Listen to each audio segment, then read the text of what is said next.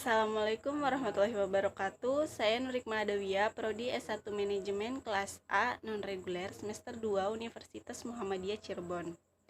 Video ini saya buat untuk memenuhi tugas mata kuliah Al-Islam Kemuhammadiyahan di pertemuan yang kelima.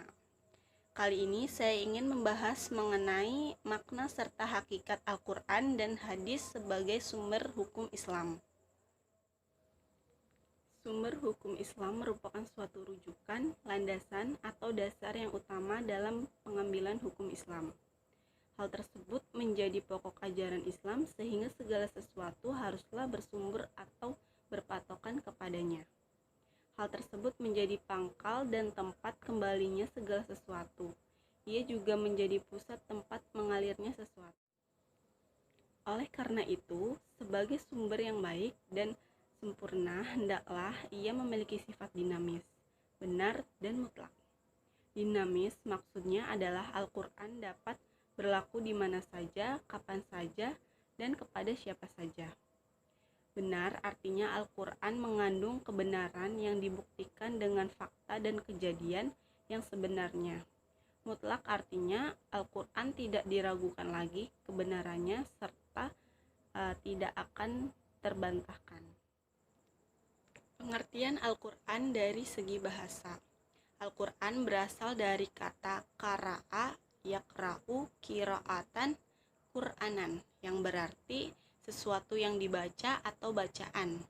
Dari segi istilah, Al-Quran adalah kalamullah yang diturunkan kepada Nabi Muhammad SAW dalam bahasa Arab yang sampai kepada kita secara mutawir, ditulis dalam mushaf, dimulai dengan surat Al-Fatihah dan diakhiri dengan surat An-Nas. Membacanya berfungsi sebagai ibadah, sebagai mukjizat Nabi Muhammad SAW dan sebagai hidayah atau petunjuk bagi umat manusia. Kedudukan Al-Quran sebagai sumber hukum Islam. Al-Quran memiliki kedudukan yang sangat tinggi karena Al-Quran merupakan sumber utama dan pedoman sehingga semua persoalan harus merujuk kepada Al-Quran. Hal ini sesuai dengan firman Allah Subhanahu wa taala dalam Quran surat An-Nisa ayat 59 dan Quran surat An-Nisa ayat 105. Kandungan hukum dalam Al-Quran. Para ulama mengelompokkan hukum yang terdapat dalam Al-Quran ke dalam dua bagian, yaitu yang pertama itu akidah atau keimanan. Akidah atau keimanan adalah keyakinan yang tertancap kuat di dalam hati. Akidah terkait dengan keimanan terhadap hal-hal yang gaib yang terangkum dalam rukun iman, yaitu iman kepada Allah Subhanahu wa taala, malaikat, kitab suci, para rasul, hari kiamat, qada dan qadar Allah Subhanahu wa taala. Yang kedua yaitu syariah atau ibadah. Hukum ini mengatur tentang tata cara ibadah baik yang berhubungan langsung dengan Al-Khaliq, yaitu pencipta Allah Subhanahu wa taala, yang disebut ibadah mahdah, maupun yang berhubungan dengan sesama makhluknya yang disebut dengan ibadah ghairu mahdah. Ilmu yang mempelajari tata cara ibadah dinamakan ilmu fikih. Ada dua hukum di dalam Islam. Yang pertama yaitu hukum ibadah. Hukum ini mengatur bagaimana seharusnya melaksanakan ibadah yang sesuai dengan ajaran Islam.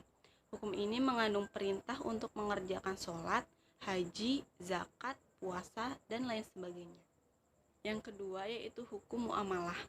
Hukum ini mengatur interaksi antara manusia dan sesamanya, seperti hukum tentang tata cara jual beli, hukum pidana, hukum perdata, hukum warisan, pernikahan, politik, dan lain sebagainya.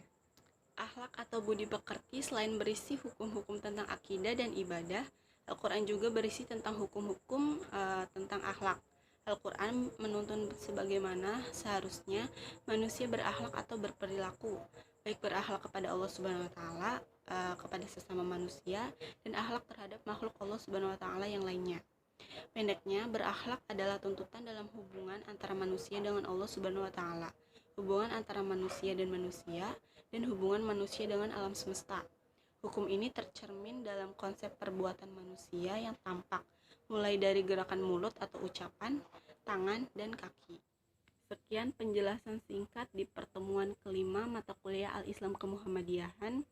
mengenai makna serta hakikat Al-Quran dan hadis sebagai sumber hukum Islam. Kurang lebihnya saya minta maaf apabila ada perkataan atau penjelasan yang salah atau tidak sesuai. Wassalamualaikum warahmatullahi wabarakatuh.